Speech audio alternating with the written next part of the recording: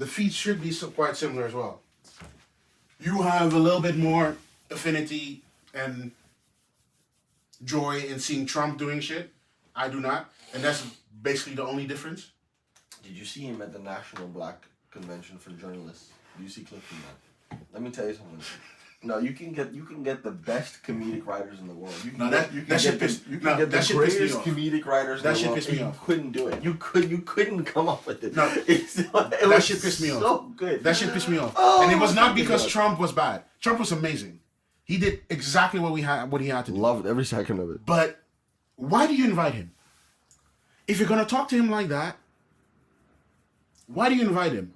Like, I also believe he had a point. Yes. I really do. I don't think that if I was in a position, I would have reacted any differently. No. That's bring the dude there, and then the first thing because that's also my problem with these people. You can critique someone, but it's a lot of it. It's just they have this attitude of like we have to take him to task and just verbal. Why? And yeah, then of course he's gonna be like, bitch, fuck you. You don't have to put it on, by the way. I'll put it on only when we listen to something. Yeah. Oh yeah. Okay. Of course his response is gonna be, bitch, fuck you. What do you mean? He said you don't even ask me any questions. You don't even say hello. He said, you don't even say hello, how are you doing? You really come with a nasty question. And then he just starts roasting him. And I'm like, yeah, that's what you fucking get. I thought it was completely deserved. That was so weird. And I do not understand why. Like, why did you invite him? To be clear, it was one woman. The other two he was nice to. The other one he was very nice to because she kind of agreed with him. Yeah, but she was also but the other woman wasn't really on his side. He was also normal to her. The one in the middle. It was the one from the beginning that he was like... Every time they invite him somewhere, they do the same thing. And I wonder, have you not learned? Well, I think the trick have you not learned? I think... Are we recording? Yeah, we're right, good. Recording. This is we should talk. I think their idea is that this is gonna make him look bad, but it actually backfires. They think it makes him look bad, but it doesn't. Since the very start, they thought that this line of talking and handling shit was the way to make him look bad. And every single time he has shown you cannot make me look bad. Because he doesn't care. So why do you talk to him like that? He doesn't care about looking bad. That's the problem. He doesn't care about how... He's completely fine with looking like the villain. Because eventually you will look... Like, if you talk to him, if you attack him every time in that kind of way, you will become the villain. So it feeds into the narrative. I mean, the man just almost got killed. And... It feeds... No, it's true. Yeah. He almost got killed. And it feeds into the narrative of, like, y'all being against him.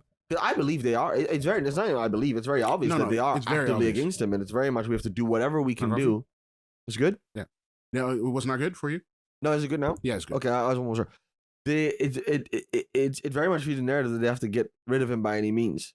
And they've pretty much... It's not a conspiracy. They've said that. Like, he has to lose. We have to get him out of here. You know what I'm saying? And that's not the way to handle somebody like him. If you do that, his people will be up behind him even more. What's your prediction? By the way, we're not American, so we have no vested interest in this. But for shits and giggles, what's your prediction? Who do you think wins, and why? Who do you want to win? By the way, we don't pick sides. We're not political. If you just analyze it with objectively. The wave, I'm gonna say Kamala, and that is only because I have seen her. And this is from the little time that I've seen her. I did not know who she was before as vice president before. I didn't see any shit about her. And the last time she was running, I did not notice or care for her part in that election cycle. The last time she did. Yeah. But what I'm seeing now is mostly the dude with her, Waltz. Tim Waltz, yeah. He is talking differently to people. He's being way more calm. He's being that charismatic kind of dude that Americans normally love. Like he's that kind. You know what I mean? Hopefully you know what I mean. I see what you're saying. He's being he's being what Trump was to people. Like the weird dad, the weird uncle that you like, and they fuck with that whole stereotype they have. Yeah. He's being that, and because of him being that, Kamala is turning more into that. Loving aunt, whatever, the Obama stereotype kind of thing, and that is working for her. And at least what I'm seeing is online is that the kids, everybody younger, is fucking with her heavily, and a lot of these people are now 18 and older. At least the kids, the internet generation, they're old and allowed to vote, and they are fucking with her heavily. And I think that Trump is rightfully, because that is his base, very much focusing on older people, and they seem to be fucking with him.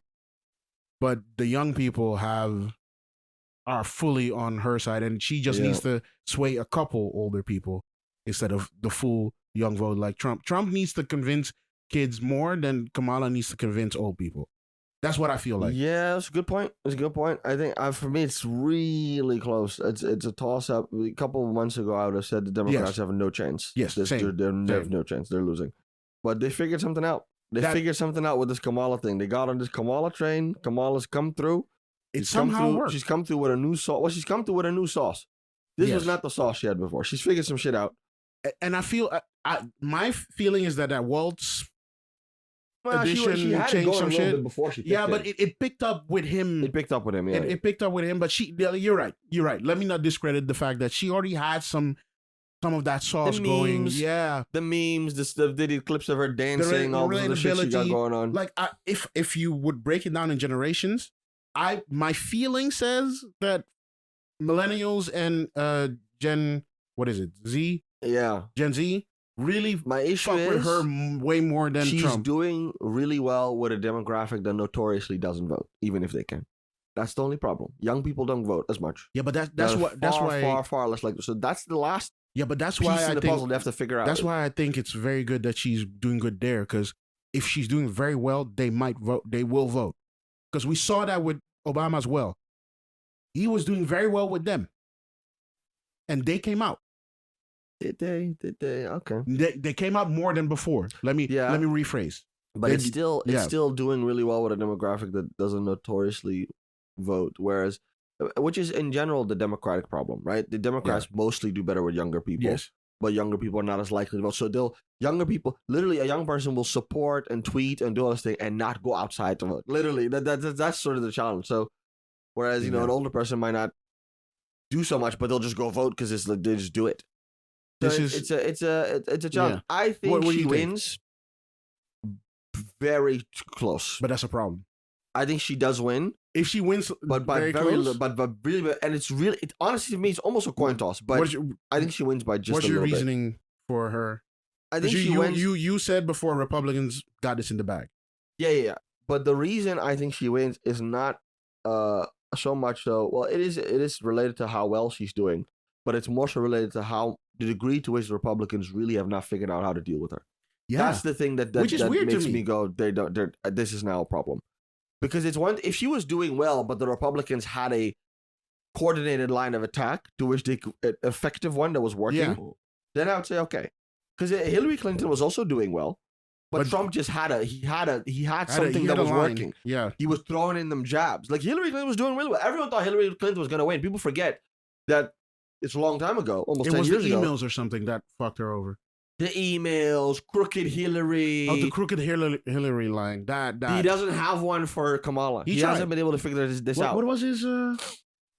He said some shit like, "You just got black." That's a bar. He tried various things. He's tried the things of like you're not. You say you're black. You're not really black. You're a chameleon. They've tried multiple things. Nothing is sticking. Nothing. Right? And in a way,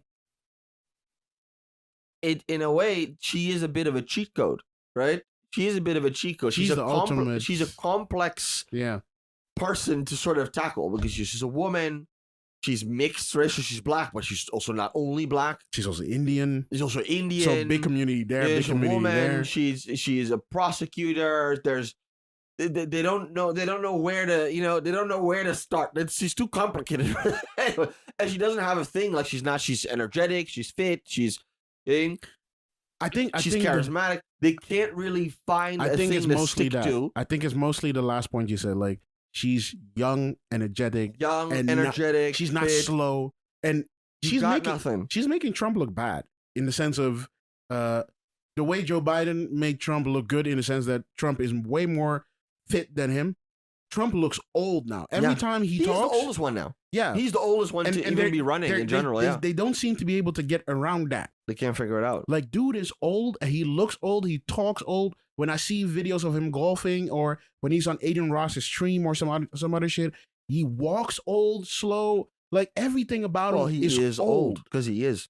Yeah. He's 70, well in his 70s, late to But 77 or something. they got around that because Biden was so much older. more. Yeah. Yeah. No, that's the reason why I think she'll win. Is because they don't know how to. They haven't figured out how to beat her. The one thing they haven't been able to get anything. There's one thing they're that trying and trying and trying, and they can't find it. There's one thing that I think they can use against her, or that could be some kind of thing, but they don't want to use that because that also gets them in muddy water. Is the whole Israel shit? Because as the Democratic Party, you should be more on the side of the like. That's what you would think, but not with Israel. Yeah. Israel, Gaza is I'm not trying to touch it. I'm not going to do too much. But I think that could be the only thing that could, if they do it smartly. Well, it's a political issue to that say is that, but yeah, very unique. It's a political issue that's very unique. That just it doesn't behave according to the same rules that other political issues behave. That's the best way I can say it. They really thought, because you would think the leftist yeah. perspective or the more lower perspective is to be more pro-Palestine, but not when it and that would make sense in almost every other context except for Israel. That doesn't work the same way. So she's flat out said that she wouldn't take away support for Israel. And Trump, I don't know exactly what his stance is. His stance is like it would have never happened if I was there. If I was president. That's what I heard him say. I hate that he talks like that. Yo, if I was there, none of this shit would be out. I saw I think it was today or yesterday or some shit. Yeah, I'll make sure World War III doesn't happen. He just outright said that. It's a good argument. What do you mean? We were not even talking about World War III. You started to talk about World War III just now, and you're telling us it's not about to happen? That's his tactic. Like, yo, let me scare you, but at the same time, I'm reassure you. Yeah. I got this. I got this. Yeah, but I think she wins by the edge. All right, let's introduce ourselves. We did this whole talk before. We are the Three Angry Men. I'm Jeffrey. Oliver. Danka is out yet again. He has stuff to do, so he will be doing his thing. We were out for a while. Just summer, living life. The summer, we have lives. Summer is fun, so we we got shit to do. We have lives. We have jobs. Weekends are busy in the summer, like always, and true. We don't feel like doing shit, and then weekend comes. Let's go outside. That kind of. True. But my guy, how are you? Good. Doing really well. Chilling. Life is doing well for you. For sure. Ready to talk about good some weather. Shit. Birthday coming up. Probably gonna do some shit with my family. Nice. Keep it a small family thing. I don't think I want to do anything loud. There's a thing with us guys, like we don't like. Honestly, if it were just me, I wouldn't even celebrate at all. I wouldn't even do anything. It's for my mom. My birthday is my birthday is my mom's birthday. That's how I see it. My mom and my girl keep asking, "What are you doing for your birthday?" I don't want to do. I want to stay at home. Yeah, leave me alone. Yeah. My birthday. Sleep. I've accepted that my birthday is my mom's day. It's not for me. It's for her. So, and that's fine. That's fair. That's okay. So we will do. I don't even want that. Like, let me live. I'm alive. That's the birthday. That's it. That's all we got to do. Yeah, no. But we'll do something like no, we're chilling. Nice, good. Yeah, life is good as well. Calm, nothing too crazy. With a fun barbecue a couple weeks ago. We've been just doing our thing, living life as we are supposed to. So that's all good. Let's start with the first one. Where you want bunch of different topics. Where you want to start off? Very, very different topics. Very different. Let's do the Dr. Umar thing. I'm very interested in how that plays out. For that, we start from the beginning? Yeah. Let me start from the beginning. Like, I was listening to another podcast. I don't know which one it was anymore. Well, you can go through it and pause as we go, right? Yeah. Okay. Yeah. I was listening to another podcast, and they mentioned, like, Dr. Umar had a discussion with Mouse Jones. Who is that? He's also a podcaster. He was for a while. Do you know the Brilliant Idiot podcast? Yeah. He was on for a while there as well. Okay. And at some point he split off, did his own thing. This whole podcast thing is a whole universum on its own. Yeah. And I do not want to be involved with that too much if we can avoid that. Because I don't want to be involved in it at all. Yeah. I have no interest. So because we talk about the same shit as other podcasts, you always get involved somehow at some point. Fuck all that. But for now, yeah. Okay. But he had Dr. Umar on, and they talked about a whole range of topics. But this one stood out to me. I did not listen to the whole podcast of this, but this clip stood out. And basically, the gist is, and I'm just gonna go ahead on it. Has hip hop benefited the Black community? Like, has hip hop been a benefit to the Black community? Okay, let's see. In America. Yeah, we're not American. Yes, and that part is important. No, but I think that is still interesting. You can still draw it larger. Yeah, we do not see the benefits, or if there are benefits, and we're going to discuss that obviously. We do not see the benefits on the ground. We are not there. We do not reap the benefits, but we see another side of hip hop, and we can say that on our side it might have benefits or not. But we can also see the effect it has on you guys and reflecting to others. So that is interesting. But first, let's listen to the clip. Let's see what he says. Let me grab it here. For me to say, hip hop in 50 years has made sure that Black people now are respected, and no, that's never gonna happen. What You heard has what? it done for the people? It gave you listen to hip hop music and you were inspired at some point. No, Nigga, I'm leaving. we're moving. We're literally moving goalposts. It ain't done shit in 50 years for the community. It made individuals rich, and that's it. It then gave jobs to. It then gave jobs. They gave a couple jobs. The drug dealer giving out a couple jobs too. But the drug dealer is. The drug dealer is essential to the Black community in the ghetto. I want to stop here already. So okay, I first of all, I love this conversation. I do. I really like this conversation because it is necessary though. I feel like it's off important. this. I would say that they're actually both making very good points. Yes. Because even that last thing he said is true. It's not true. Great. It's not good, but it is true, right? But it should never be your point in an argument like this. That's why I don't like it. In every community, this is I don't want to. I'm going to help me not go off on a tangent, right? No, but we can.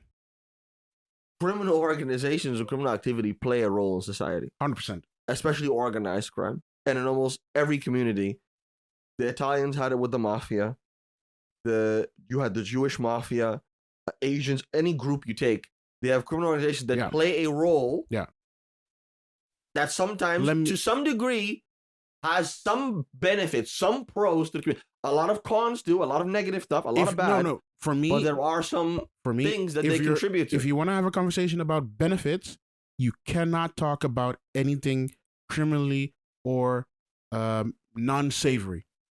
Because it's not a benefit in the long run. But it's part of real life. But it's part of real life. Yes, and I'm not disagreeing with that. It's part of real life. But if you're talking about a benefit for a whole ass community, which spans, like they're talking about the Black community in America, but this hip hop thing has touched Black communities all over the world.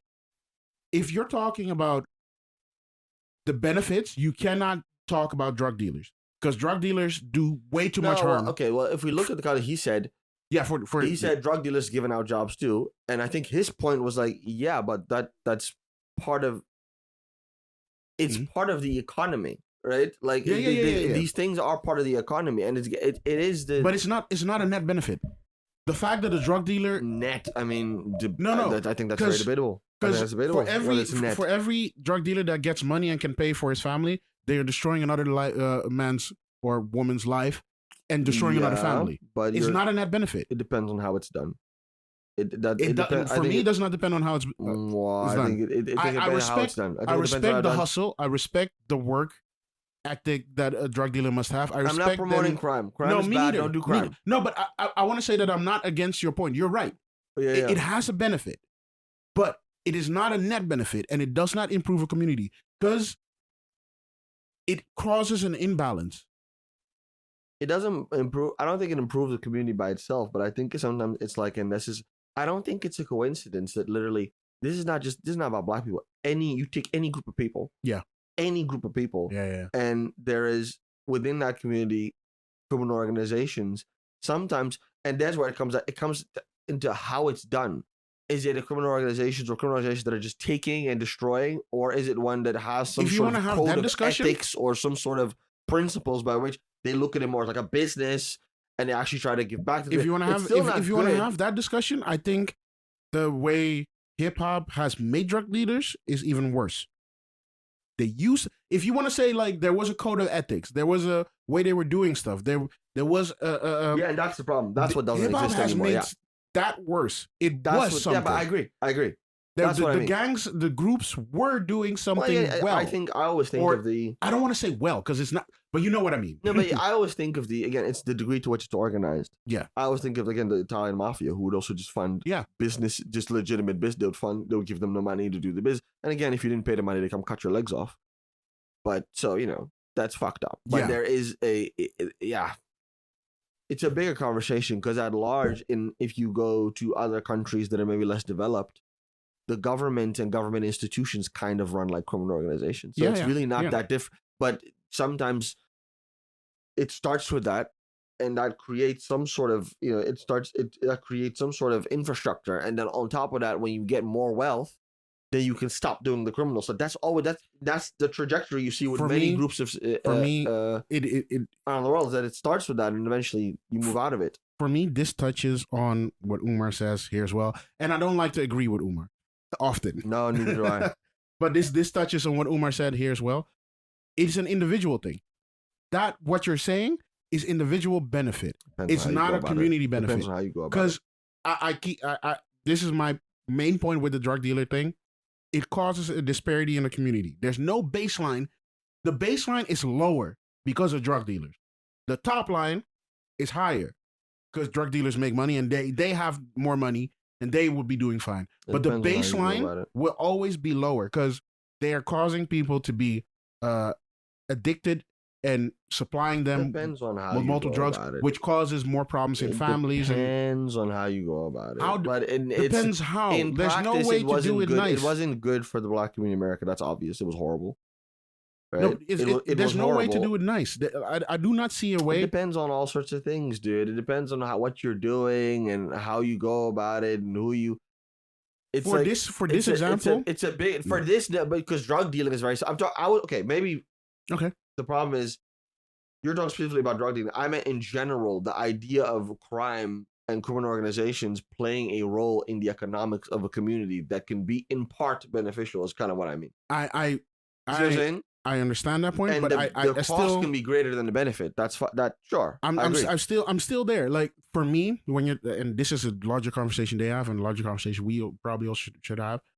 When is a community actually benefiting? Is it the short term gain? So if this community in the short term has a little bit more money, or is it raising the baseline so that And I actually think That's it's the other way different- around. that's a I think in the different- short term they don't gain, but in the long term they probably do. I don't think in the long term it's short. It's a short term thing in my opinion. I do not think the medium in the minimum income for a family in a community where drug dealing is prevalent and a beneficial thing. It's difficult to say that, but beneficial thing. I do not think the minimum income of a family or group of people rises because of that. I'm literally And thinking about it I'm in now terms using of- only minimum income, but it's also welfare and it ties into the yeah. bigger conversation because the conversation was not about drug dealing, right? The conversation was Yeah, about yeah, whether yeah. hip hop's better. Yeah, And it yeah. ties into the bigger. So I want to Yeah. see what the rest are going to say. let's continue this thing. Hold up. You can't tell me that. Somebody 50 grew up in years, the hip hood. hop ain't done shit concretely beneficial That's- to the black that- community. that's- You that- gave that's me incorrect. fashion. The That's first thing incorrect. out of your mouth was fashion. I gave you fashion, and you started yelling over me. What But else? then also, then there's technological advancement, podcasting for example. I'm gonna stop there again. Yeah, no, that's good. Yeah. No. What? No, we Yeah, need go to ahead. stop. We need to stop. Go ahead. We podcasters are no real benefit to communities either. Well, podcasting is. I see what he's trying to do. I- Podcasting is one, not a technological advancement. No. Really? No, we didn't build shit. We didn't create any more tech. And We, also, podcasting is not hip hop. at But best, I think what he means is the hip hop podcast space. Yeah, That's yeah. what he's trying to say. yeah. I get what he's trying to say. Like everything I he's get it. trying to, I see it. what he's trying to say. That's get why it. I don't want to Shunuka. I see what he's trying to say, and what he's trying to say, there's some sense. It makes sense.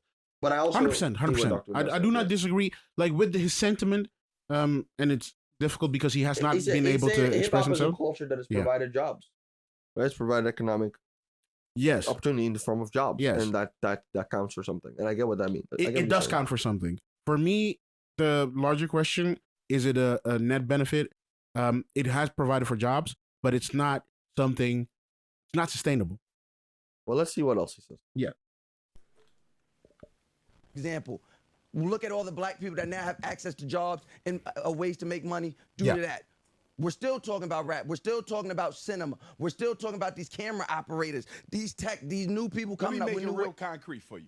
I just made it concrete. No, it wasn't. That was all bullshit. No, give what me you're about to say. Give me a relevant institution that hip hop built in any community anywhere in America in 50 fucking years. I just told you. Stop there.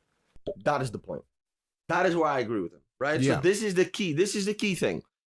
If you're talking about taking a community of any people, so that for me, there's not.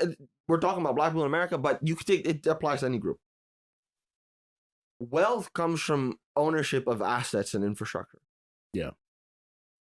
So if you're gonna take hip hop and say what does it done for black people, I get his argument of like it's giving black people jobs, short term. But then who owns the copyright of the music? Mm-hmm. Who owns the record label? Mm-hmm.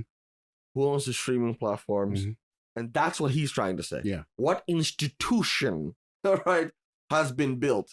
And what you have to name and the thing about institutions, they have names. Yes. Name an institution that black people own now as a result of that. That's what he's trying to say. And for me, there might be some, but for me, there's a extra level. You're right. What institution does it own? But there's an extra level. What has it contributed besides music, besides entertainment? Entertainment is the tiniest bit of pleasure and benefit to a community. There's money in entertainment, 100%. But have you raised the education level of kids? Do kids live safer? Do families live safer? Do people feel safer because of your benefit? Well, that's I would say no.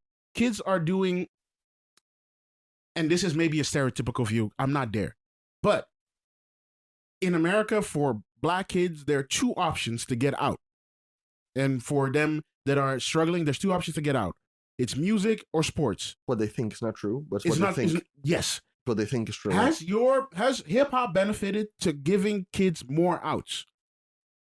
What I would say again to that is that would have happened if that would have happened. It would have provided all of those things if you had exactly. Right? Yeah. It's because it's the way I look at it is basic economics. You have a community, there's a certain amount of money in that community. But if you can build something that can bring value even and have an exchange of value where value can come in even from other communities, right? Then the money can flow back to your community and provide more wealth there. And if there's more wealth in that community, then you can start to provide, better education, better housing, you have better housing, you have better property rights, better schools, better all that type of stuff.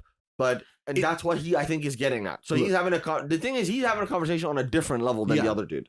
So they're both right, but they're talking on different levels. And the question here becomes, what level is the right level to have this discussion on? Because it is also not fair to require of hip hop to raise the medium income of families. That's not what hip hop is for. So. Yes. It's an art form. It's a culture, but it is also, I think it was rooted originally, if you go far back enough, in some sort of, uplifting of the black community in America. Was always a big part of it. Maybe now not as much. There you touch a point where I think that was always everything that Mao says kind of fades away, because every benefit that they have created has slightly been eroded by the fact that they have become more nefarious than they intended to be in the beginning. Who? Hip hop.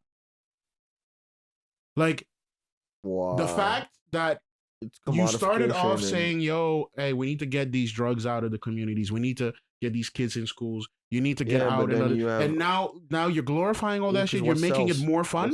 Yeah, but that's not.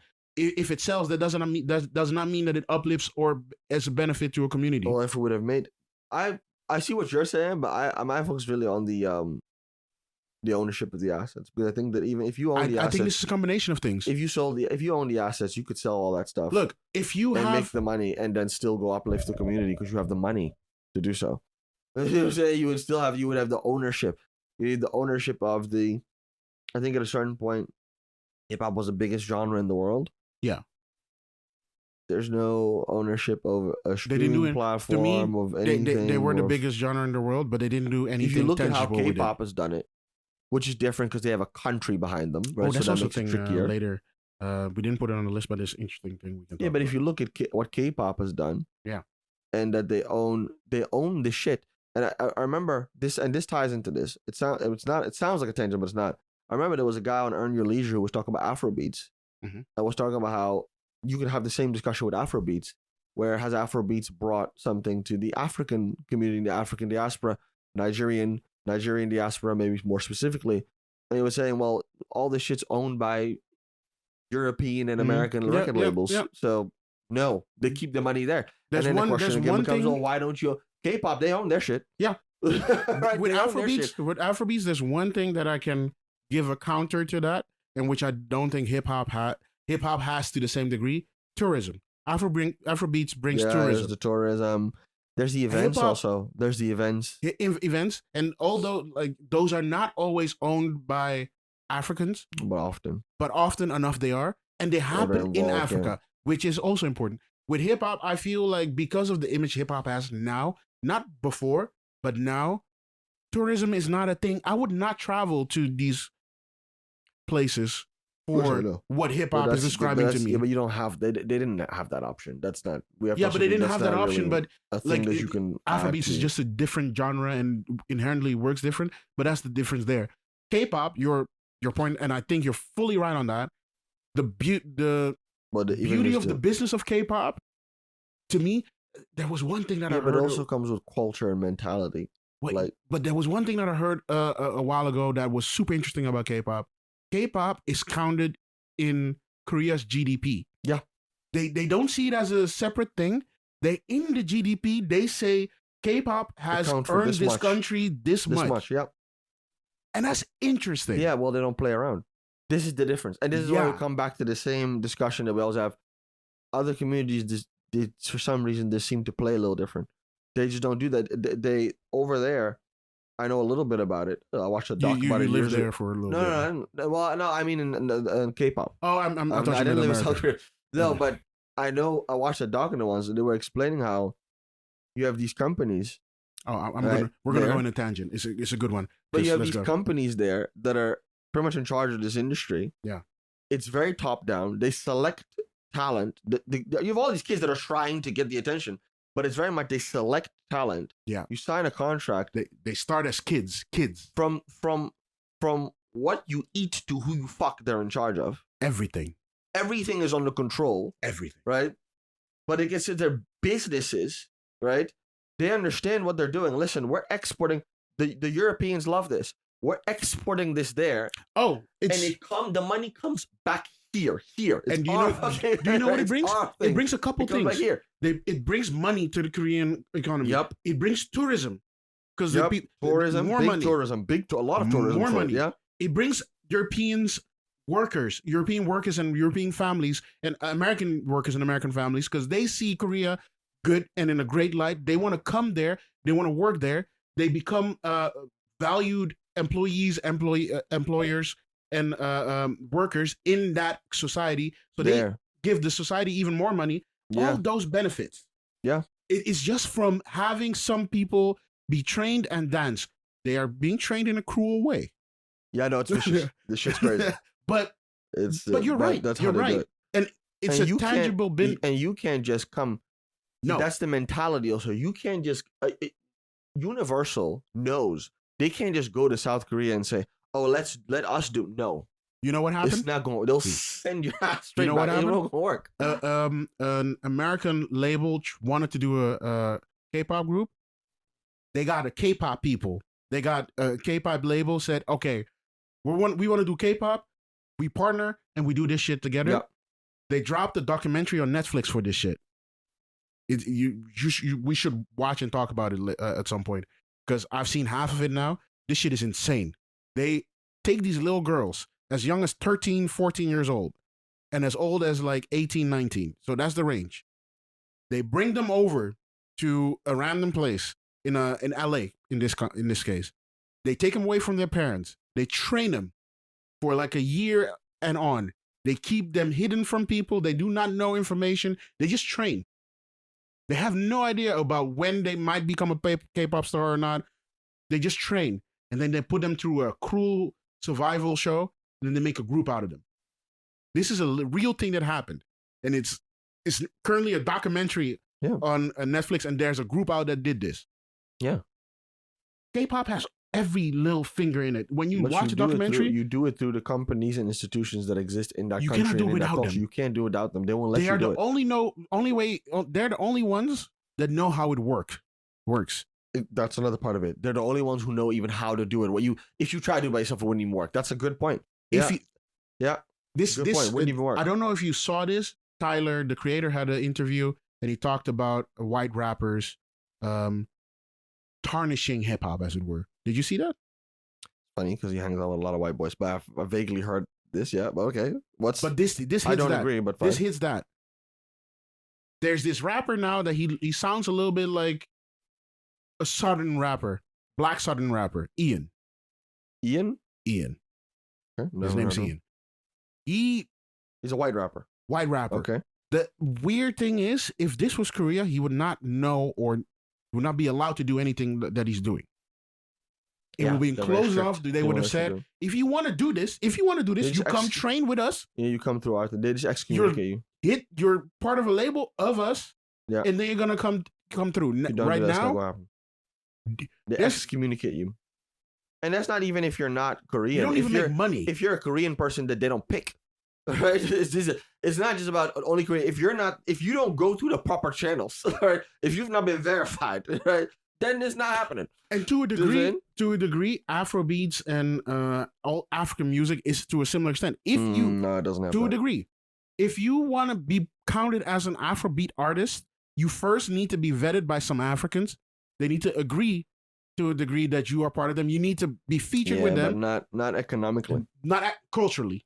Yeah, but that's the problem. We always want to do culture. We have to get to the economics, guys. It's always different. Culture. We have to get to the economics. We have to get to that's what he's saying. This is one of the few points he consistently makes. And to be fair, he does consistently make this point. He's a little bit aggressive and I don't agree with him on 99% of other stuff. Right? But this particular point that we have to get back to you have to look at the institutions. I 100% agree, because in the end of the day, culture. That's cool, but you hip hop doesn't have institutions. You can't copy. You can't. You don't get dividends from culture. You can't put culture on the Nasdaq. Going back to this conversation here. For me, the interesting, like Mouse Jones in this clip says, "Yo, we have the videographers, we have all those kind of peoples. If those videographers stop getting jobs from hip hop artists, they do not have business." So that doesn't mean shit. Institutions. You need institutions. They will maybe do a wedding or two or whatever, but they are shooting for hip hop. They're shooting in a hip hop way. They're doing shit their way. Like nobody. A Taylor Swift does not want the same kind of videographer as a Young Thug has for his video. It's different. Businesses have to be built. I mean, people have tried. To be fair, P did. Well, let's not mention him. No. But like, Def Jam was a thing, but it was still owned half by others. Good music was his thing. Jay-Z has done his best. Yeah, like they have tried. They have tried. Like Tyler, mentioning him again with Art Future in that group, they tried, and they had a group that was in control of some shit of their own, but they disbanded and did separate things, and they're all successful in their own things. But that's always what happens. It's all individual. Divide and conquer. Dudes split off and want to go be their own thing. It's my same critique of Burna Boy. What if you come back to the Afrobeats thing? He wants to. It's just to me just so blatantly obvious how much he's like, I don't want to be like you guys. I'm a different thing over here. So and then you go do a Wu-Tang Clan inspired Afrobeat album when I'm just like, what does that have to do with and then you go get Ed Sheeran and Stormzy on an album, and it's like, okay. And the very next thing you do is start shitting on Afrobeats in interviews, saying it has no substance. Like, and that's what and then you're surprised that there are no institutions in Africa, or maybe there aren't enough institutions in Africa or Nigeria that own this stuff to be able to say, hey, like the K-pop people do, if you want to go do this, you have to go through us. You have to come through us. You have to bring us money. To my knowledge, they don't have that. They have it with their film industry. Yes. There, they did do it that way. But the film industry is not thriving like that. The music is the one thriving. The film industry. The film industry is also going. It's thriving, but not in the same way. Level. Yeah. No. Maybe because it is closed. Like, there's always a cost benefit with these things. Trade off, yeah. There's always like just now I was thinking, is it even possible to make like a K-pop kind of style school for Afrobeats or for hip hop? Is it possible? A school? Yeah. Not a school. The school part, no. But you could have like, just like management companies, record labels, and they do have some of that stuff, right? I'm not saying it doesn't exist at all. None of the record labels in America that were black owned worked out. What I heard is that to a great degree, and the guy, he mentioned numbers even. He mentioned a certain amount of millions that Afrobeat has brought in has just not gone to Africa, namely Nigeria. It's gone to just record labels in America. And you point out that that's why is it not here? You could just do honestly, you could just do the shit entirely over there. You know, there's no special technology that they have over there. You can upload the shit to Spotify. You can upload the shit to there's a and it used to be that way before it was not. Before it was popular. Yeah, there was no American record label involved in anything. They were just doing it over there. And they were not even putting it on Spotify. I love that. Like, that was the thing that I think was the best thing about Afrobeats for a little while. And African electronic music still has that to a degree, where they said, we're not putting shit on Spotify. We have the African streaming services. We put it there. And otherwise, free on the internet, listen to it, buy my album. And I know that makes less money in the short term, but in the long term, you make more. At the end of the day, well, for the community, but people want money. Let's see what more these people said. No, you didn't. I just told you concrete people that would not have access. I didn't say individuals. I said an institution. I said people. Where's the bank of hip hop for the black community? The definition of the word people means not an individual. So I'm telling you, people that are now of 50 years ago would not have had access to work dealing in individualism. I ask you, what did they do for the community? You can't give me nothing because they ain't done. People from the community can now work in a music industry that there was never going to be a space for them. What the fuck? That's individualism. That ain't helping us. That's bullshit. No. Bull fucking shit. No. It's not helping us. No. Is that wait? Hold on. Wait, is that it? No. Okay. Yeah, we're going. Yeah. And then there's more. Yeah, okay, we're good. Yeah. I think this is also kind of a capitalism versus socialism discussion. There's part of that in there. Yeah. It's kind of Mouse is more like everybody can have a job and make money. I'll figure your own shit out from there. Yeah. It's not. Individualism is the right word. He used the right word there. I mean, it's not capitalism necessarily. It's funny because it's at the end of the day, it's not being capitalistic enough, right? It's the sort of the how do you put it? The poor man's idea of capitalism is like, I need to make a lot of money. But really rich people know you have to have assets. You need to have institutions, assets. It's the kid who comes from a poor background, not because their own fault. But it says, I'll take the fucking deal and give me the money, and then the label owns all your music. I was wrong. It's not capitalism for socialism. It's both our capitalism. But it's it's two levels. That's what I'm saying. They're speaking on two different levels. They're both right, but Umar Johnson is speaking on just a much higher level with this stuff. He said you need to know institutions. So what institution? You're mentioning people that could get jobs. That's terrific. I do not care. What institution? What bank? I do not care if 50 people around a rapper can make money. That doesn't matter. That's what Mouse is saying. Yeah. Mouse is saying 50 people. Yeah, that's what he's saying. Yeah. That's a benefit. No, that doesn't matter. That doesn't matter.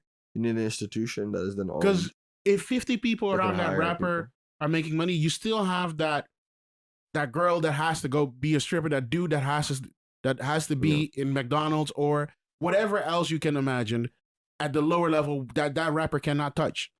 Yeah. So the community as a whole does not benefit. No. There is a benefit that hip hop has given in the sense next to like that it has given some kind of monetary benefit to the community. It has given the community cultural cachet. It has given the community in America a little bit of cultural standing. Like they are at the forefront of determining American culture at this moment, I think. Yeah, but that's also fading. Yes, that's another conversation. because you're not the dominant music culture anymore. Yeah. So that's why I said it's a fickle. Like saying hip hop was And this the is number why one is very This fickle. is why you need to have ownership of assets, because assets don't fade away. When you own some shit, it doesn't just fade away like that. Exactly. Yeah. But it's a good combo. Let's continue. Virtual signaling. That's what's happening. Bullshit. Virtual signaling Ain't happening. that shit. A few people could But get you jobs. go a little bit Everybody back can for- say that. You rewind a little bit. I don't get where that came from. What do you Shit. No. It's not Okay, helping yeah. us. No, what's happening is virtual signaling. Okay. That's what's happening. Bullshit. Virtual signaling Ain't happening. that shit. A few people could get jobs. A few- Everybody can say that shit. Elon Musk got a couple black people on the payroll. That don't mean shit. Elon Musk didn't come from black. He's not a black My person. point is, you can get a job from anywhere, whether they But black now- or not. but now That's you're not getting a unique job. benefit. Now black but people- you're still Go ahead. talking about individualism, bro. A few people. You've been around for 50 years, the most popular music genre in the world, billions and billions of dollars, and all you can tell me about is a few people can get jobs? That's bullshit when you look at the cost that the black community has had to pay for hip hop. That's another factor. A whole generation, 2-3 generations of black kids growing up thinking the best thing you can do is be a damn gangster. Yeah, He's not wrong. it's facts. That's the other part of it, because that's what I was sort of That's going the to part say that when you said people. when you said the cultural cachet. I said, yeah, but there's a cost for that.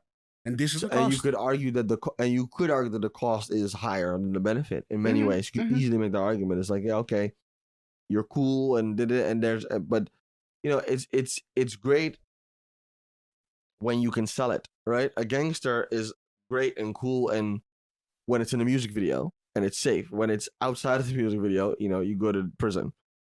So it's you make money for being a Yeah. gangster in a music video. Yeah. If you're a gangster outside of a music video, you just go to prison. All right, so it's yeah, I think I lean more towards Umar Johnson on this, but I see what the guy was trying to say. Normally, I see what the guy was trying normally to say. I do not want to lean or be on the side of Umar because he is just It's a bit much. it's been much. He says some good shit, but he's also just flat out wrong often. But here I cannot do anything but agree with him. Like he's right. That last part is for me the most poignant part. Is like the most important part in this. Like you have the one thing that you have, you're destroying yourself as a culture, as a hip hop culture. Yeah. And it's seemingly I do not know. This is where I step out because I do not know. I'm not there, and I was not born in America and cannot say anything about that. But seemingly they cannot do anything about it. They cannot stop it. I'll stop what? Stop kids from thinking that being a gangster or a drug dealer or no, a of drug course, 'cause addict that's is what the you best thing to see. do. If that's what you see. You're a kid and that's what you see, and that's who you see being successful, and it's tricky. But you would think, like, as a group of black people, you can stop kids from doing that somewhat. no, I don't believe. But it's not. No, I don't seemingly- believe that. If it's there, kids are kids. If that's what they see, you can tell the kid. You need to take your kid to a completely different type of environment. That's what you basically have to do, and that takes money, right? To say Yeah. I'm going to raise my kid in a completely different kind of community where they're not exposed to that Yeah, stuff. yeah. Yeah. It But doesn't. then you need money for that. So that's Exactly. yeah, it's tricky. It doesn't help that any bit of money that is being made from these rappers that are selling this drug and gangster life is being given to non-black people to do whatever they want to do to further their own businesses and own institutions. And then, Yeah, yeah, that's what I'm saying. It's the institutions was the. I see what he was. It's very clear what the argument was. He's saying it's giving people jobs. Mouse is that's not great. wrong though. No, he's right. It gives people jobs, and that Yes. there's benefit No. there, and that is a benefit. It did something. It's I just, just- what Umar Johnson is expecting it to do. It didn't do, and that's That's a bigger the problem. building of the institutions. Like Mouse is 100% right, and I do not in this whole conversation. I do not want to discredit him. He's 1000% right, and he's right to say people are getting jobs. People are moving on up. There's a group of people that are doing way better because of hip hop. Yep. But the bigger thing is that not enough people are moving up. So it's not a benefit. It's not about people. There's about a institutions. tiny group. There's a couple cities, maybe a couple communities in cities Yeah. at best that are benefiting. That's not enough if you have a whole country of black people struggling still. Yeah, that's fine. And you want to say that it's a benefit? Nah. If the question is as they stated, or the discussion is that they stated, is hip hop a benefit to the black community? All considered, Mouse's point is just not enough. I think Yeah. from a European perspective, it's even more of a detriment for all with the vision and image that they're putting out. Is more of a detriment because people here who did not at first even consider being anything like they portrayed are trying to portray that now. I'm talking about drill rappers and that kind of stuff. Yeah. Like, this was not a thing here, and it didn't have to be a thing, but because you guys started it there and exported it to us, now it's starting to become a thing here. Okay, so that's a bigger detriment even to the collective black community. Yeah, the cost The cost is high. The cost is high. And the benefit is not high enough. Yeah, I see. Yeah. But that's it's an interesting conversation. Online, there's more. I'm sure there will be a couple people. Plenty of debate. Yeah, plenty of debate. This I think this has been a debate for a long ass time. Oh yeah. And I don't think this will ever go away because hip hop is probably it's not the biggest thing. It's like the most famous and visual thing the black community in America has probably done it. And I mean, our memory of history is short because Yeah. that's what now, but before that was jazz, blues, Yeah. rock. Like there's also, you know, Now, I'm trying to think of and the examples. pattern is the same thing every time. It's no ownership. Yes. Now, historically, they couldn't have ownership legally. So Now it's different. possible. Now it's possible. But that's also a reason why they don't have it now, right? Like if historically you haven't built the infrastructure or the knowledge, right, to do so. So The great thing, the one thing that Mouse Jones here is right on, there are now a couple people who could provide those institutions. If a Jay-Z and Beyonce and Kanye and a couple other people act right is the fucked up to say, but step up in that sense, they could kickstart some shit that could be some kind of institution that could help. yeah, but it's hard. It's difficult.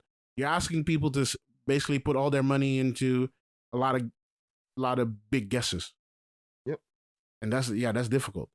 If you also need to feed your own family. But hey, I was just trying to think if there was anything else that we remember, and probably we don't know it because we are not there. I keep hammering that point. That is not entertainment based from the black community. They have been good at organizing politically, sports, but still that's also entertainment. But they have been good at organizing politically. They've always been Political important organization. when it comes to that. Yeah. So that, but yeah, Business.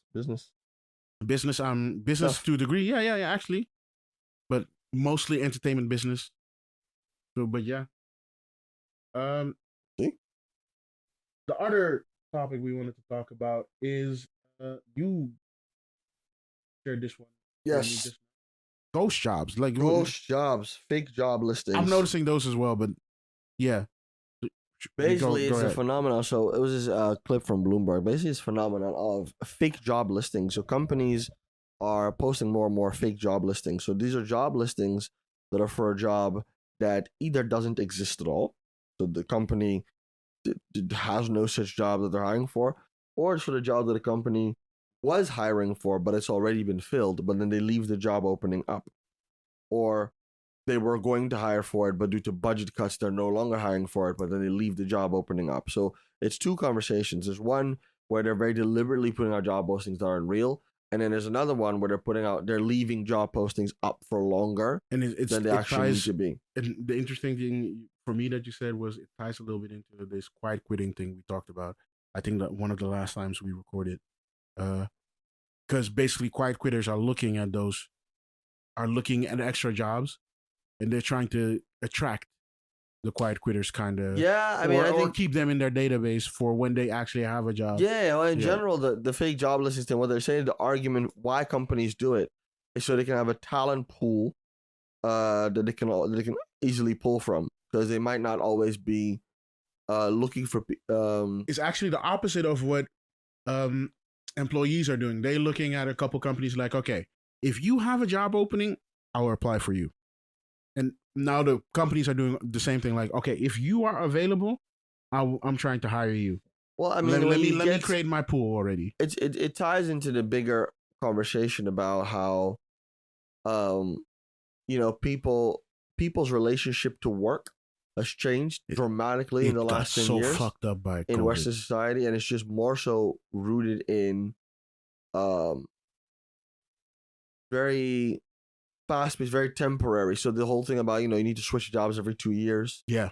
Well, if everybody's doing that, well, then that means I also have to hire new people every 2 years, right? Like, this is literally what it also means for the companies. That if you include that some people are quiet quitting, people are doing remote work so they can work 2 different jobs at the same time, 2 different full-time jobs at the same time. That shit is Like, sick. You're getting this attitude towards work that is far more, and it goes. I don't want to go on a whole tangent, but it goes bigger into the rise of like the gig economy and freelancing work becoming more popular, private contracting work. People are becoming a lot more entrepreneurial. So even if you think about a job, if you're working switching jobs every 2 years, like, sure, you have a job, but you're really not that different from maybe like a freelancer or private contractor who has a client and then just keep switching a different client. Or if you're working multiple jobs, The only thing you're like a freelancer that has clients. yes. You know what I'm saying? So it's people are becoming more mobile. The only thing between you and a freelancer, if you switch so often, is that you require a little bit more stability. You require the employee. You get more benefits. You still get the employee. You get all of the benefits of an employee. You want you want the more benefits. Yeah. And you stay a little bit longer than a freelancer would. Yeah. Freelancer would live after a year or 6 months. 6 months, yeah, something And like that. you would say 2 years. I'm gonna do for you, and then. And that's the thing. It's very much this sort of like, I get why companies are then putting out more free job listings. So it's easy to put, and you'll see in the clip they'll put it all on the companies of like, oh well, that's not. They should maybe not do that or blah blah. Let me But see I'm if like, that I is get the why exact they're clip doing I it. have. I have a clip here, but I do not suggest it.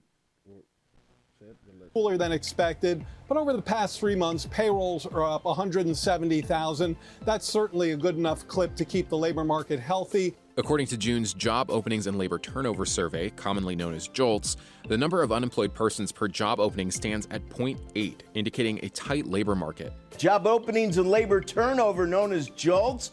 JOLTS coming in near expectations, 8,184,000. Actually, that's better than expectations. Despite a tight labor market on paper, many workers are still struggling to find jobs, indicating a disconnect between the data and the real-life experiences of job seekers. The rise of ghost jobs is muddying the jobs report. It's making it harder for the Fed to make decisions and understand what the labor market looks like. Anecdotally, people will tell you that it's very tough out there. We've talked about this notion of unhirables, people who are out of work, got laid off, and just can't find a job. They can't buy an interview. There are people coming out of college and they're finding that they're putting out 500, 800, 1,000 applications and they can't get an interview, let alone a job. And yet, when you look at the base numbers on the job boards, it would seem like we're in an incredibly robust hiring market and that ghost jobs are creating a fake perception. And no one knows how fake that perception is. And the Fed and economists are trying to understand what's real and what isn't. And they haven't yet figured out the silver bullet to understand. Yeah. So that's the big thing, is that it's sort of also It's ruining. It's sucking up ruining the statistics. But if you put out a lot of fake job, for those who maybe are following, if you put out a lot of fake job listings, right?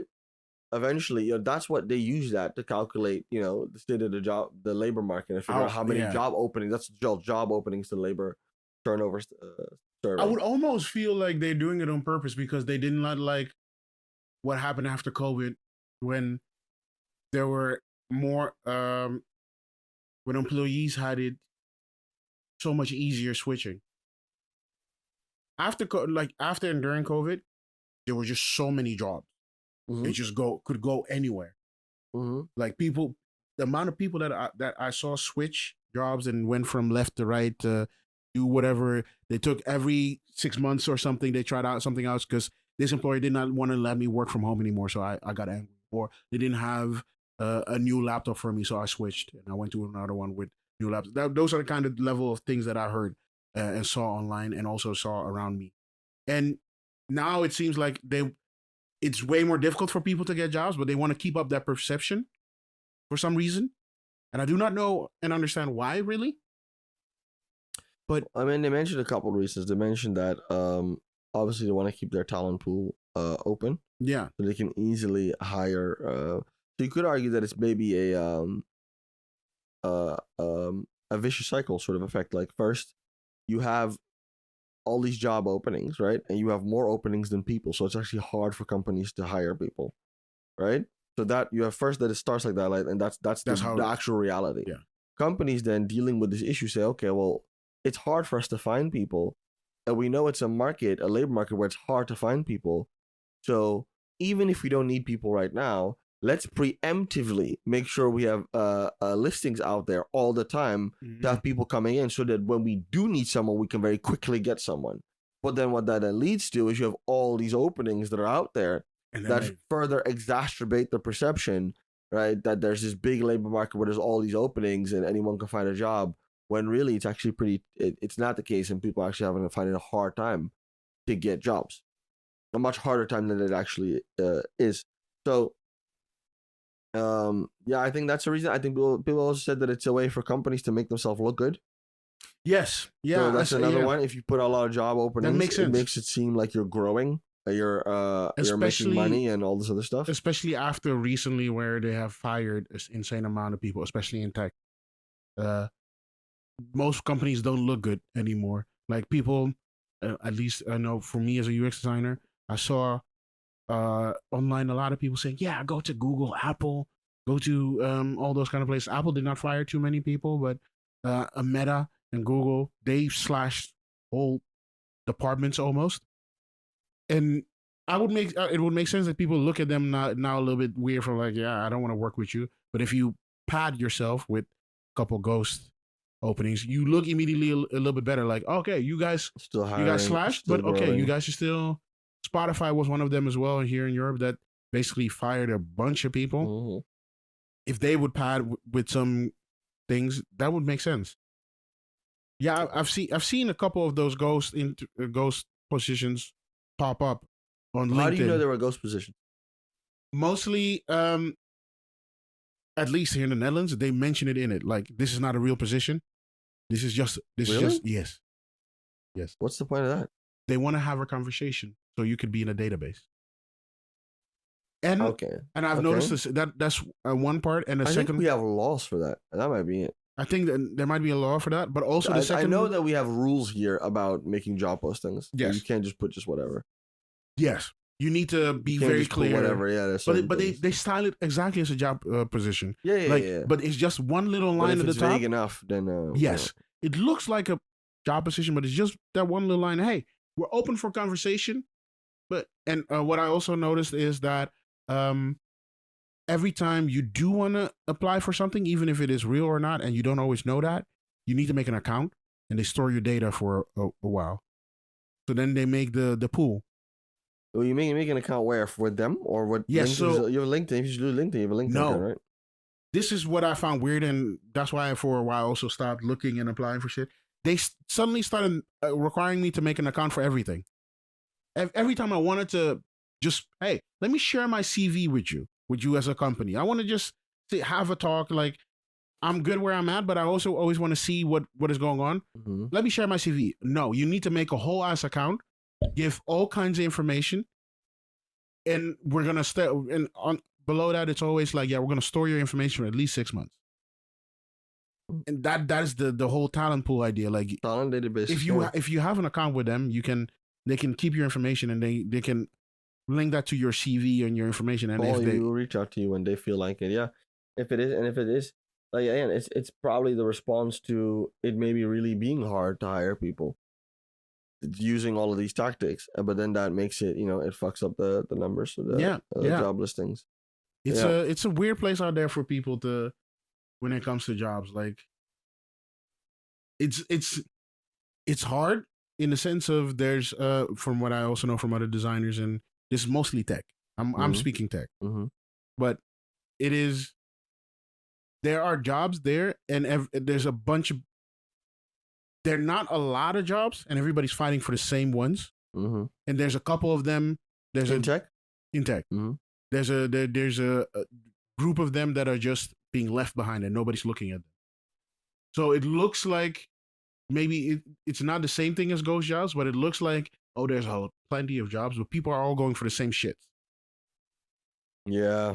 And that is a whole problem. And then you have also the other companies that are trying to muddy the water where, let me put just some random shit up because I want to create a pool for when I do in need 26 someone. or 27, then we are going to hire like a too big of a company. I think that's the biggest one is that they want to have the talent pool out there so that when they need someone, they get someone. I think there's also the thing about making your company look bigger. I don't know. I think which is a little bit, but the whole talent pool thing is also kind of sick to me because now you have the talent pool. Now what? Like you don't know. So if you need to hire, you can easily hire. You have more. Yeah, but that person is not the same person as they were half a year ago.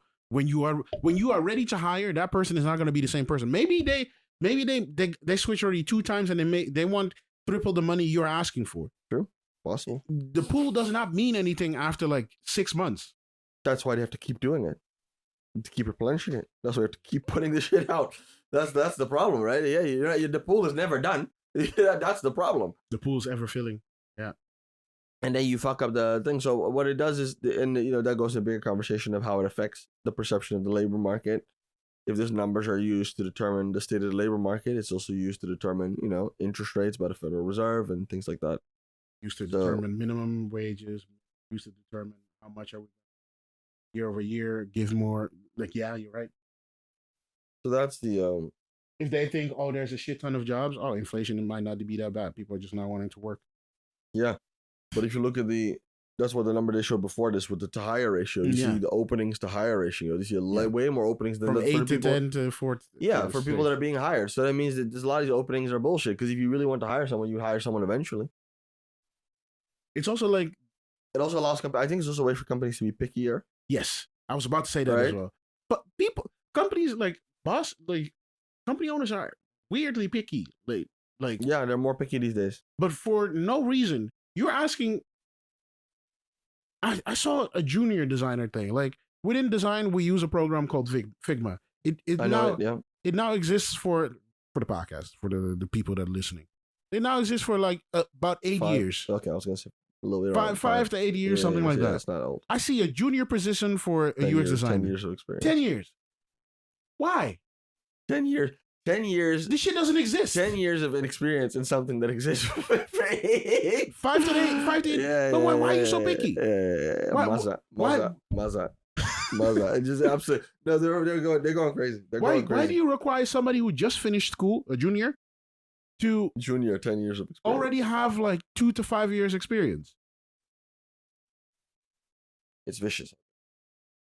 That kind everybody's trying to be cheap. You're trying to hire somebody who you should be paying double the money for half the money. That's what they're doing. I recognize that. That's the goal. Like you say, hey, I need somebody with 10-year experience, but you're a starter, like entry to the job market. You're just trying to get cheap labor. And basically every company, during COVID, I think I said this to you. We had the same conversation. I think a lot of these companies should not exist. They shouldn't. Because they keep talking about we cannot pay our people. If you cannot pay your people, you should not exist. You're talking about, especially in tech. Not only yeah, but in general. Yeah. But especially in tech, where you have this low interest rate environment where money's cheap and these venture capital firms are just throwing money at startups. You're seeing, I think they was talking about, this happened, of course, after the interest rate hikes. Yeah. And money was no longer cheap. Yeah. And things get tight because that's what the point is of an interest rate hike. It's supposed to cool down the economy. It's what it's supposed to do. And that does lead to people getting fired because less money is given to these companies, especially startups that you have entire startups that are unprofitable they're just running off of investor money. This is Which what they're running doesn't off. make sense. They're not profitable. They have no real plan of becoming profitable. And then the money dries out. The money dries out. The money dries out, and they can't hire people anymore. They can't afford to hire people anymore, and that's how you get these layoffs, or you get these startups going down, because they were never meant to be running in the first place. They didn't make any money. There's so many of those kind of companies that I've seen in the last couple of years. Like, it doesn't make any like the whole idea of living off if investor money was the worst thing that we could have done to entrepreneurship, because it first made people hire too much, then it made them Scale too fast. it made them scale too fast. Then it made them stop trying to make full finished products. That's how we got That's the other the one. AI shit. Yeah, that's the other one. And when that bubble burst, then they became very picky about people, and now they're doing the ghost job shit.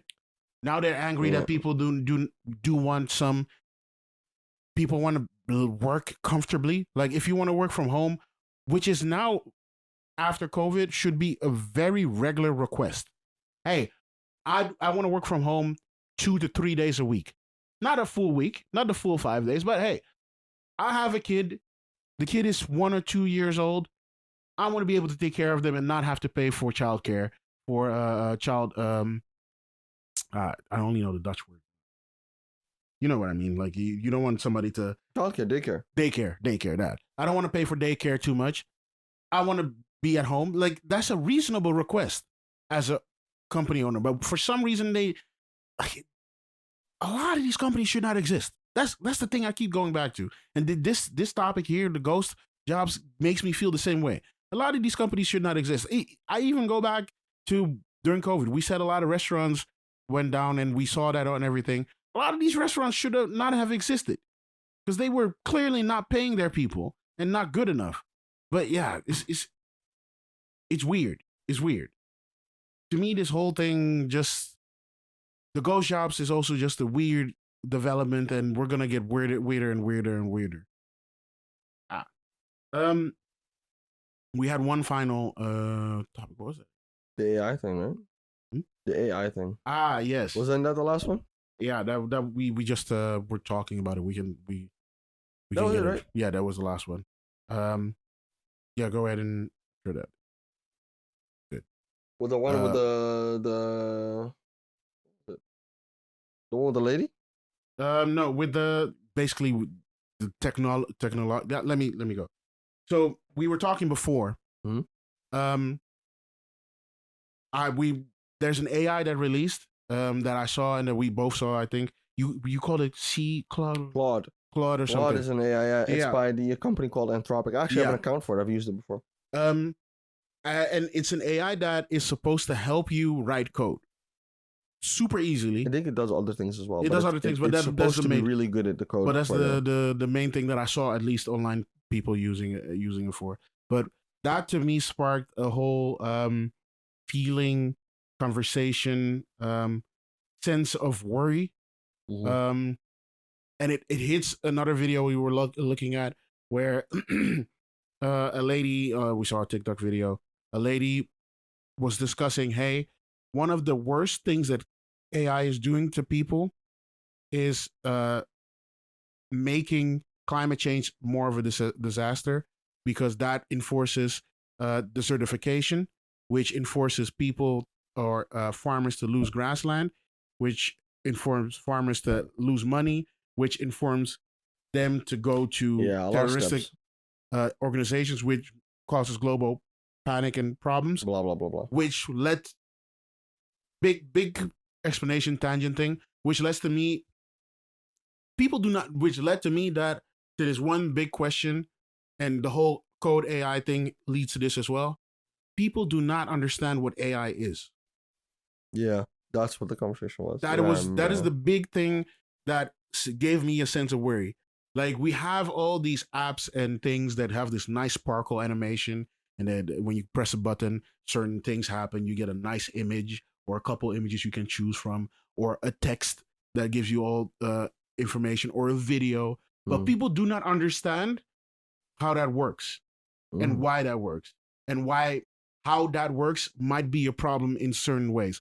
Because the main problem here, which is referring back to the lady's TikTok, is not necessarily that AI is super good, is that AI is costly. Energy usage. Energy, space, raw materials too, the data, raw the materials, chips. like Yeah, it the is chips. the one thing that I thought about her video that she said very well is AI is a physical change. It's not a digital, it's not informational. It is actually a physical change to the world. You're building data centers, you're building big ass computers, massive data centers, yeah. Massive data centers that will be used for somebody to figure out, oh, can you offer me the best recipe? I'm being very glib here, but yeah, that's basically that for me translated into people do not know what AI is, and people are losing touch with understanding the devices they are holding. Yeah, but that's always been the case. That's always been the case, but it's becoming, there was always a group that you could trust on to understand and make sure that they everything happened properly and ethically. If coders do not code themselves and they write prompts in English to get an AI to write for them an app, that's what the Claude app does. I do not know if in a couple years, if that's super prevalent, people still understand what a computer is. Like and I'm sounding like the old man. The beauty of having used a desktop computer, laptop, tablet, and now a phone is that you understand. You know the steps. You know the steps. You know that if on the computer, if you put something in, you get something out. Input output. Most basic of basic things. If you take too many steps away from that, if you take away the code, if you take away understanding how text is being processed and all that kind of stuff, you do not understand it. And then you think, and that's what you said, then you start thinking that AI is magical and alive, which it is not. Yeah, then you start thinking of in terms of human that's my hypothesis recently is that it's just another tech hype cycle. No different than crypto, which we were very involved in. That makes a lot of big promises to fuel speculation. Gives me a lot of big promises, creates consumer interest.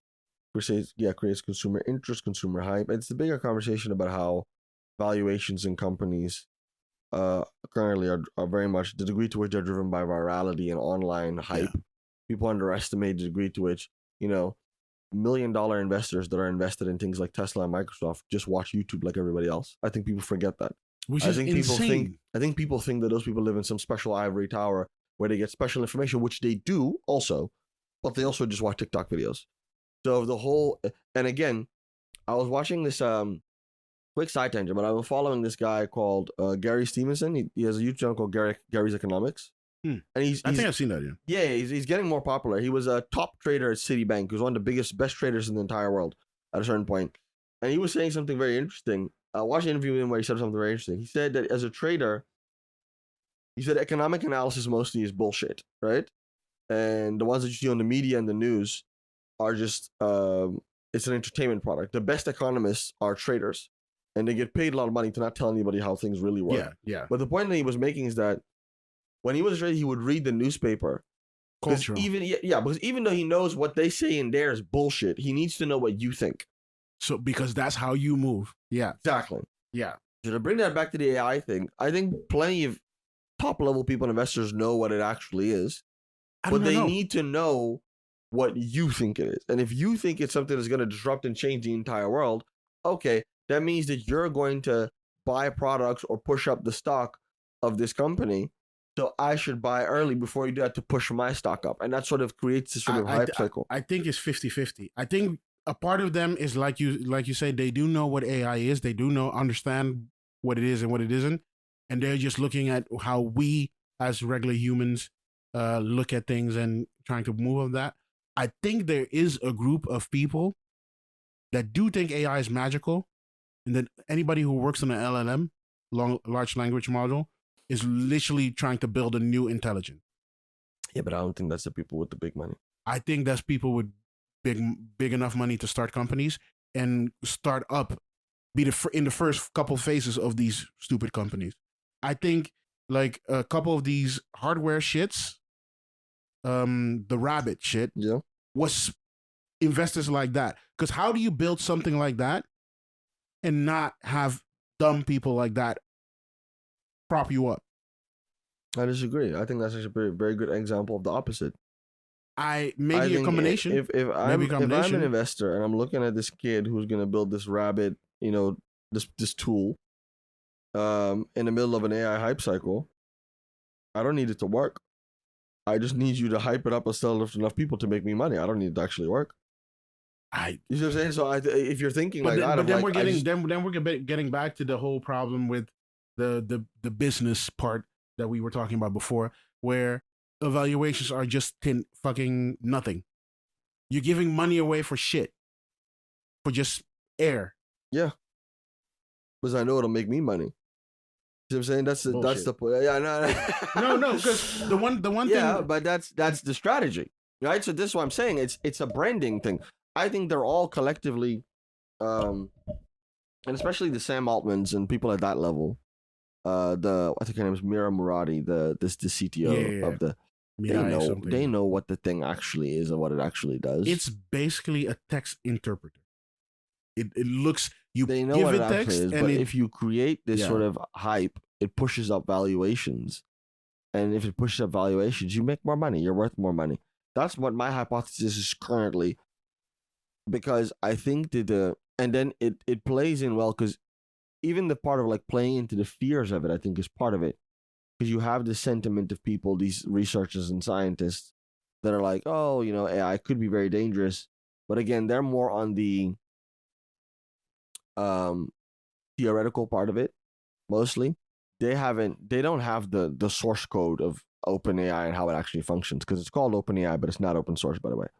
For those of you who we have this discussion. Don't know. So this way, if I can mimic it well enough, and that's the thing, if I can create something that mimics it well enough, oh my god, they even talked about this thing where there's this whole phenomenon where they talked about like tech that isn't really tech, where I forget which company it was, but people thought that they were using tech, that they were talking to a certain app and that the app was giving responses, but it was literally just people that were working in India. At like I think I've seen something like that. It was something with like the self checkout, some sort of like it was a company that had like a self checkout. Amazon. Yeah. Amazon. That was it. People in India. The Amazon thing where you could just walk in a store and walk out, and it would charge you. It was apparently people in India just checking cameras, manually doing it. It wasn't tech doing it. And there's been several things like that. Yeah. Right. So my point is, with the AI thing, I'm like, of course it's impressive, and of course it's clearly an innovation in many levels. Even if you want to look at it from a user experience perspective, it's still an innovation to say, instead of giving you a list of bullshit, I give you a specific thing. That in itself you could call an innovation. But this thing of it being super intelligent and it being this reaching the level of singularity and all this other stuff, that I think is pretty debatable. But it helps the valuations. 100%. And it makes people more money. So that's what I think. Personally. Right? I think people are missing because the innovation that it actually is still very big.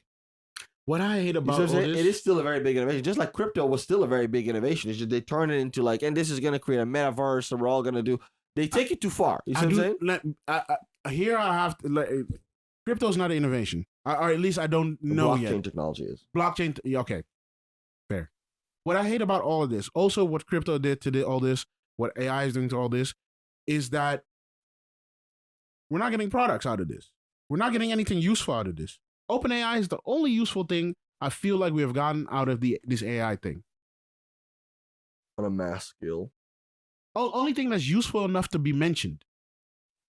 On a mass scale. Within crypto or blockchain, at least I've not seen it yet. And maybe that's the good thing, because blockchain is supposed to be not seen.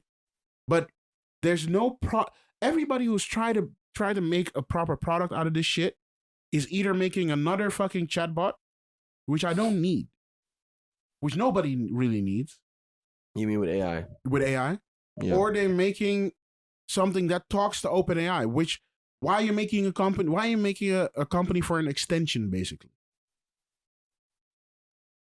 Like, there's no products coming out of any of this. And basically everything you've said there for the evaluation idea and the whole business idea and the quick selling and the that part is the reason for that.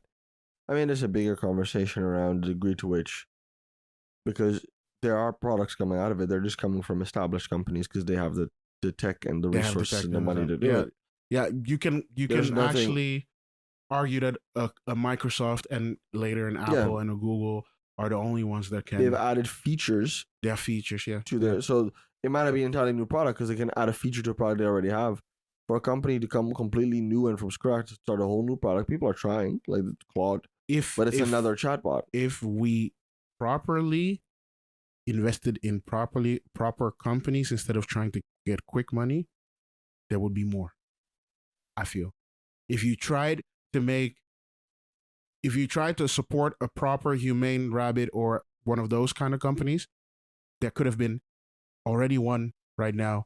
They would maybe still be building. It takes time. That's another thing. Humane has been busy for years. They've been busy for a while. But then there's a hype cycle, and they think they need to jump on the hype cycle. That's why they probably released the shitty ass product, and now they're going almost. Yeah, but they're still selling it off. Probably more than they put in. These are capitalistic games, my friend. This is business. Like, if I have some type of infrastructure set up for an AI company and there's an AI hype cycle, bruv. But this is where I get towards sell it. And I didn't want to have this conversation. The capitalist versus non-capitalist framework, like does you basically get to the question, does the capitalist system work? Yeah. You see why I don't want to have this conversation? I mean, we can, but maybe not today, maybe not fully today, but I would say it doesn't work. I think that when people ask that, it always depends on what you think it's supposed to do. Because often when people say it doesn't work, they mention a bunch of things where I go, yeah, but that's not what it's supposed to do. All right, so fair enough. You're fair saying enough. it doesn't work because it's doing something it's not meant to do. If you look at what it's supposed to do, it's working quite fine. It's working exactly how it's supposed to make work. A person rich. In that sense, it does what it needs to do. But is that collectively the best thing for the? Yeah. That's besides. But I mean, with the AI stuff, I think it's a similar bet. I think it has value. I think it is an innovation. I think it's a big disruptor. I just think it's just what people are like. The NVIDIA earnings reports came out earlier this week, and it's a perfect example of it where this company is fucking, I don't know, exponentially grown in size in only a short amount of time because of their investment into AI infrastructure, the chips. Ridiculous. I think second most valuable company in the world, or the most valuable company in the world, just because of this hype cycle. Ridiculous numbers, and yet there was a slight dip in the stock price, I believe, because the earnings that came in, as ridiculous and as high as they were still lower than what people expected. So it's like, it's all about expectations. Like, this AI stuff is valuable, but it's like the value of it is probably here, which is still crazy high, but somehow we find a way to put our expectations even here. And then if it doesn't meet this, then that's not good, even though this is already ridiculous. You know what I'm saying? It's like, that's sort of what's happening right now. We go too far with this kind of shit. Why does it need to be so high? Why is it not good enough to make incremental steps? People like, yeah. I think also the cycle during I don't go back to that. COVID changed our world. The cycle during COVID, when everything was so high, fucked some people's perception of what shit should be. It was the first time a good group of people looked at the stock markets in forever, and they learned from that time, and they think every time needs to be like Works that. like that, yeah. Yeah. For me, I fully agree with you that this is a hype cycle thing, and you forget sometimes that hype cycles are a thing. That is especially in tech, that it's a big part of how shit works. AI should die off soon. It has to, basically. Soon, with soon I mean in the next couple of years, and then there's multiple years. And then it should go dormant for a while, and then it should be properly integrated into shit. But again, it's always in the background. Yeah. It's a hype cycle. The hype cycle dies off. Or, 5 years later, there will be some other shit. But 5 years later, everyone is using AI, but you probably don't think about it very much. Yeah, you don't even call It's it not AI a thing. anymore. Yeah, exactly. That's the thing, because it is being built and it is useful. For me, the implications of AI are really the issue. Like, I do not, and it will not be everybody. And we said that we had this talk before, but I do not like the fact that, bluntly said, people will stop learning shit. Yeah, but tech in general is going to do that. Things are easier, more convenient. People spend less time learning how to do something themselves because they can get. I don't fully agree, because tech has, like, older or before this, tech has given us options. The search engine, the browser, the internet did not make us learn less. It made us learn in a different way. I do not feel that AI gives us a different way. How's your handwriting? My handwriting's still good. Yeah. So Yeah. I can write for you right Your now. handwriting is It shit. will be good. People's handwriting is shit because they type. But kids do not You even know bring- how to handwrite. But handwriting, That's my point. I've no problem with that one. But that's my point. If you bring tech into the play, people forget things like how to write a letter or, Yeah, but paper. but that's why I said it's not necessarily that older tech makes it, but it made us better in other stuff. You're still writing. It's not like you didn't write, you stopped writing completely. You're still writing. How's your grammar? My Fine. grammar is fine. You're full of shit. Dude. Fine. You're Nah, full of shit. It's You have- fine. people have But people have autocorrect. Yeah, but People now can't you're fucking getting, spell but words now you're and getting use close to grammar. at some point, people will not even know what proper English is. That's my point. Because the AI does it for you. And that is where it's not a benefit; it's a replacement of shit. That is where my issue here is, because the whole time, every time we have this AI conversation, there's a seed, there's something, and I've not been able to articulate it well. Maybe I don't spend enough time trying to articulate it, but there's something with AI that doesn't sit well with me, and maybe it's this. It is not It's not. It is beneficial. I'm not gonna say it's not beneficial, but there's no learning that you can take. Like, if you take for example the grammar thing you mentioned, like, you're still writing, you're still using English, you're still using Dutch, you're still using French, whatever language you're using. There's a help that suggests, hey, this is maybe better for you to use. If AI takes the case, if I look at how my girlfriend sometimes uses AI for her work, she basically says, yo, I have this information and I need to send it to somebody. Format me an email in formal language. And she doesn't even look at it. She skims it one time and then sends it. It's great. Hey, it's great. Saves her a lot of time, saves me a lot of time, because I don't have to double check it or whatever, or she doesn't have to double check it. Mm-hmm. When I do it for myself, it's great. But it takes away the learning of how to use formal language. Yeah. And that is a detriment. And that's a tiny thing, but if you take that to code, if you take that to film, take that to other stuff, that's a big change. It is a big change, yeah. And that, I know there will be something to replace it, because the whole thing with AI before, we were talking about, AI will take jobs away and everything. Sure, but there will be new jobs. There will be new ways of doing stuff. If you don't know how to make video anymore because of AI, you still will learn how to make prompts in the right way and you'll be able to do it. But there's something inherently, and this may be me as some kind of dreamer kind of person thinking, there's something inherently better and more interesting about editing shit yourself. You figure out the nuances, like, because AI cannot think, it cannot imagine. And that's necessary. That part is losing with this AI is not worth losing imagining for. That's maybe the thing. Late AI maybe, but this AI is not worth losing imagining for. Well, we'll see. They say it's going to keep getting better and better. It is literally, in 5 years, it could be crazy. It is literally linking words and images together, and it's not. That is an innovation. That is impactful.